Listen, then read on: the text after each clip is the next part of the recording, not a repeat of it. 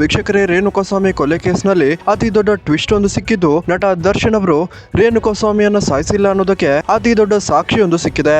ಹೌದು ವೀಕ್ಷಕರೇ, ನಟ ದರ್ಶನ್ ಅವರು ರೇಣುಕಾಸ್ವಾಮಿಯನ್ನ ಕೊಲೆ ಮಾಡಿಲ್ಲ ಅನ್ನೋದಕ್ಕೆ ಮಹತ್ತರವಾದ ಸಾಕ್ಷಿಯೊಂದು ಸಿಕ್ಕಿದ್ದು, ಈ ಒಂದು ಮಹತ್ತರವಾದ ಸಾಕ್ಷಿಯನ್ನ ಇದೀಗ ಕೋರ್ಟ್ಗೆ ಕೂಡ ಸಲ್ಲಿಸಲಾಗಿದ್ದು, ಇವತ್ತು ರೇಣುಕಾಸ್ವಾಮಿಯನ್ನ ಕೊಲೆ ಮಾಡಿದ್ದು ಯಾರು, ರೇಣುಕಾಸ್ವಾಮಿ ಕೊಲೆಗೂ ಮತ್ತು ನಟ ದರ್ಶನ್ ಅವರಿಗೂ ಯಾವುದೇ ಸಂಬಂಧ ಇಲ್ಲ ಅನ್ನೋದಕ್ಕೆ ಸಾಕ್ಷಿಯನ್ನ ಹೇಳೋದಕ್ಕೆ ಇವತ್ತು ಕೋರ್ಟ್ ನಲ್ಲಿ ವಿಶೇಷವಾದ ವ್ಯಕ್ತಿಯೊಬ್ಬರು ಬರ್ತಿದ್ದು, ನಿಜವಾಗ್ಲೂ ರೇಣುಕಾಸ್ವಾಮಿ ಕೊಲೆ ಕೇಸ್ನಲ್ಲಿ ನಟ ದರ್ಶನ್ ವಿರುದ್ಧ ಯಾವ ರೀತಿ ಷಡ್ಯಂತ್ರ ಆಗಿದೆ ಅನ್ನೋದನ್ನ ಮತ್ತೆ ಮತ್ತೆ ಸಾಬೀತು ಮಾಡ್ತಿದೆ ಅಂತಾನೆ ಹೇಳ್ಬೋದು. ನನಗೆ ಶೆಲ್ ಪೆಟ್ರೋಲ್ ಬಂಕ್ ಅಲ್ಲಿ ರೇಣುಕಾಸ್ವಾಮಿ ಹೊಡೆದಾಕಿದೆ. ಯಾರು ಗೊತ್ತಾ?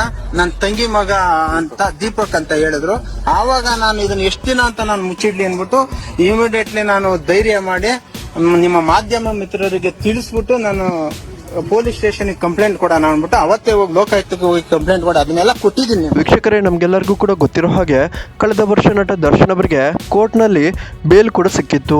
ದರ್ಶನ್ ಅವರ ಪರ ಇರುವಂತಹ ಎಲ್ಲಾ ಸಾಕ್ಷಿಗಳನ್ನ ನೋಡ್ಕೊಂಡೇ ನಟ ದರ್ಶನ್ ಅವರಿಗೆ ಬೇಲನ್ನ ಹೈಕೋರ್ಟ್ ನ ನ್ಯಾಯಾಧೀಶರು ನೀಡಿದ್ದರು. ಆದ್ರೆ ಕೆಲ ರಾಜಕಾರಣಿಗಳ ಕುತಂತ್ರದಿಂದ ಈ ಒಂದು ಕೇಸನ್ನ ಮತ್ತೆ ಸುಪ್ರೀಂ ಕೋರ್ಟ್ ವರೆಗೆ ತೆಗೆದುಕೊಂಡು ಹೋಗಿ ನಟ ದರ್ಶನ್ ಅವರ ಬೇಲನ್ನ ಕ್ಯಾನ್ಸಲ್ ಮಾಡಿಸಿ ಮತ್ತೆ ನಟ ದರ್ಶನ್ ಅವರನ್ನ ಅರೆಸ್ಟ್ ಮಾಡುವಂತೆ ಆಗಿತ್ತು. ಹೈಕೋರ್ಟ್ ಅಲ್ಲಿ ಬೇಲ್ ಆದಾಗಲೇ ನಿಮಗೆ ಈ ಒಂದು ಹಿಂಟ್ ಸಿಕ್ಕಿರಬೇಕು. ಅದಾದ ನಂತರ ಯಾವುದೋ ಒಂದು ರಾಜಕೀಯ ಉದ್ದೇಶಕ್ಕಾಗಿ ಇವರು ಸುಪ್ರೀಂ ಕೋರ್ಟ್ ತಗೊಂಡೋಗಿ ಅಲ್ಲಿ ರಿಜೆಕ್ಟ್ ಮಾಡಿದ್ದಾರೆ. ನಿಮ್ಮ ಮಗನನ್ನ ಬಂಧಿಸಿದ್ರು ಅನ್ನೋದು ಗೊತ್ತಾ? ಬಜರಂಗದ ಹುಡುಗರ ಜೊತೆ ಓಡಾಡ್ತಿದ್ದದ್ದು ಗೊತ್ತಾ?